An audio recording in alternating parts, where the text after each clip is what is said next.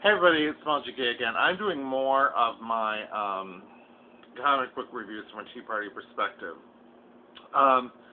The last ones, especially the first one, got quite a few hits, and I didn't really post it anywhere, and people still kind of found it and watched it. I'm going to do more of the New 52 reviews, these from the third week, I guess, technically. I'm going to do some today, and I'll probably post some more up tomorrow. Happily, so far, the three that I've read so far from this week were not as political as the last batch, and I was very pleased about that. The first one is Batman and Robin. I guess I should say who these are by. I mean, I should be more professional, right? There's Batman. This is Peter J. Tomasi, Patrick Gleason, and Mick Gray. I thought that this was pretty good. I'd actually read some of the Grant Morrison Batman and Robins, and I like the character of Damian as Robin very much. Some people are kind of not happy that this is Bruce Wayne Batman back with Damian, and they don't like the combination of their personalities. They preferred it when it was Dick Grayson Batman with Damian, because Dick Grayson was lighter in tone and the contrast was more interesting. I kind of liked this. I have to tell you that Damian kind of was my voice in this comic. He was my voice because he was, he was saying things to Batman that I always am thinking.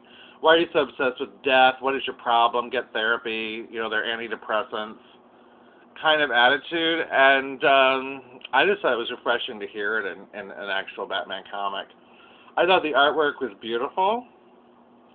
And it's kind of interesting because this one obviously has the folderol with the bats and the darkness and, the atmosphere. But it wasn't nearly as dark a worldview as Detective Number 1 was. It was violent, but it was more like typical comic book violence. This is also rated T, but I think it's fine for teens. The Detective Number 1 was quite grisly, and I think it's probably better for college kids. But this one was a little bit milder. We'll see what happens. I'll probably get another issue of this. I don't know. We'll see what happens. We'll see what happens with all of them. But Batman and Robin, I would give this probably a B. Now, in the Batman world, Batwoman, I just reviewed Batgirl, and now we have Batwoman. I'm actually, being a fan of superheroines, I have to say I'm really happy with DC because this has to be a record. We have Batgirl, Batwoman, Catwoman, Supergirl, and Wonder Woman, and Birds of Prey, all having their own books at the same time, which is something of a record, I think. Maybe not, but it's quite impressive that they have so many superheroine comics, for those of us who like superheroines. This is not really a reboot. It's a continuation of the Batwoman series from Detective. I thought it was beautiful. I know some people have an issue with Batwoman being a lesbian. I kind of like that. I also liked the fact that the lesbians were somewhat realistic looking. They didn't look like Ingrid Pitt in a Hammer vampire film. They were somewhat realistic looking. The artwork is really the centerpiece, but I thought the story was not bad. I did not groan. Some people were concerned about the storyline. This is by J.H. Williams III and W. Hayden Blackman, by the way. A new villainess is introduced, and this is quite creepy. Some of these villains, I have to say, are kind of hazy.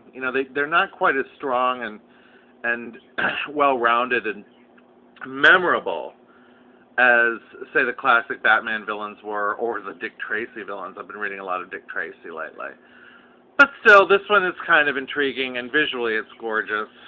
So I would give this an A, frankly. an A- maybe. It's not perfect, but compared to the others, it's superior. Look at the skull. The artwork is stunning. What else was I going to say? I know what I was going to say. I seem to be drawn more towards the Batman titles and the Superman titles, as well as the teams and the Supernatural comics, and some of the odds and ends. I'm deliberately avoiding the Green Lantern series. I cannot stand Green Lantern, and there are just, that continuity is so overwhelming and irritating to me. Sorry, it's just my opinion. And apparently, the new Green Lantern continuity is the same, basically. So I skipped Green Lantern this week and the Red Lanterns because it just it's kind of a pile-on. It's kind of interesting because there really is not a lot of reboot in a lot of these titles. It's kind of like the things that were successful are there still.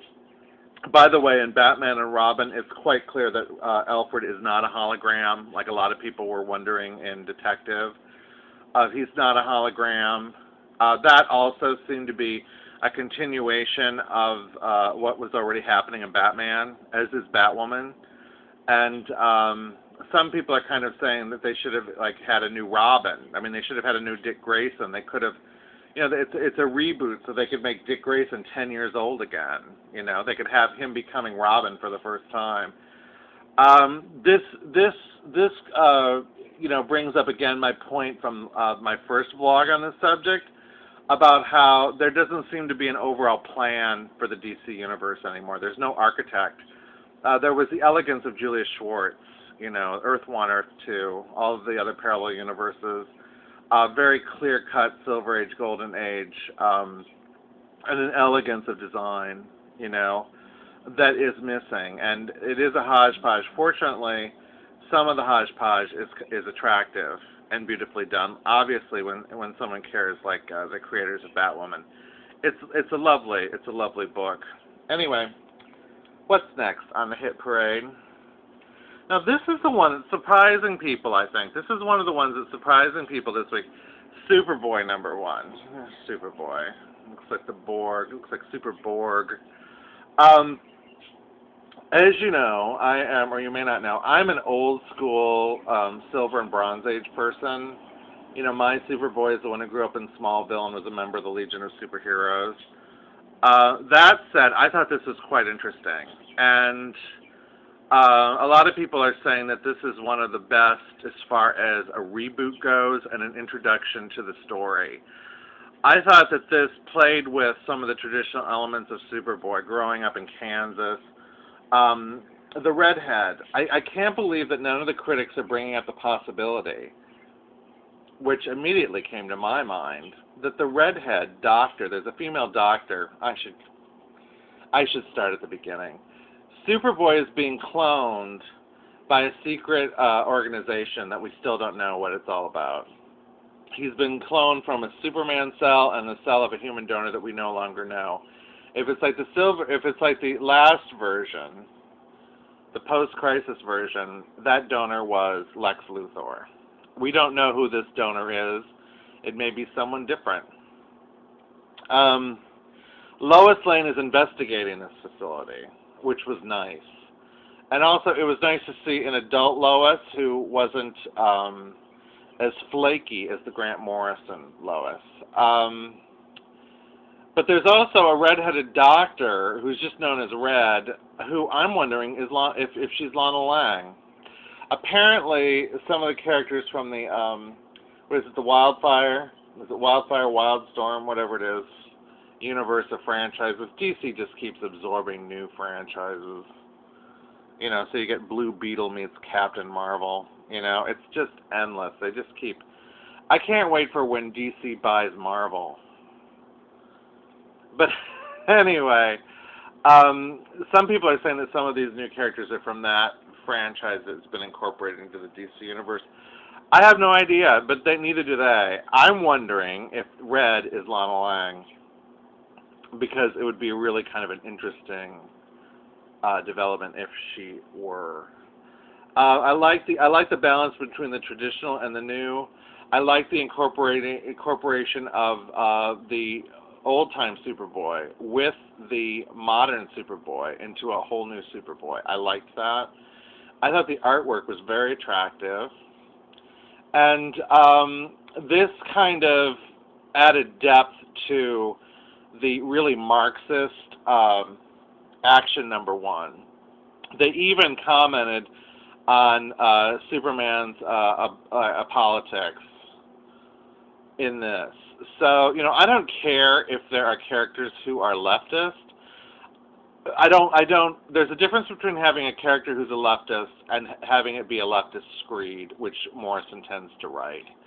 I don't mind if there are leftist characters, if there are also conservative characters.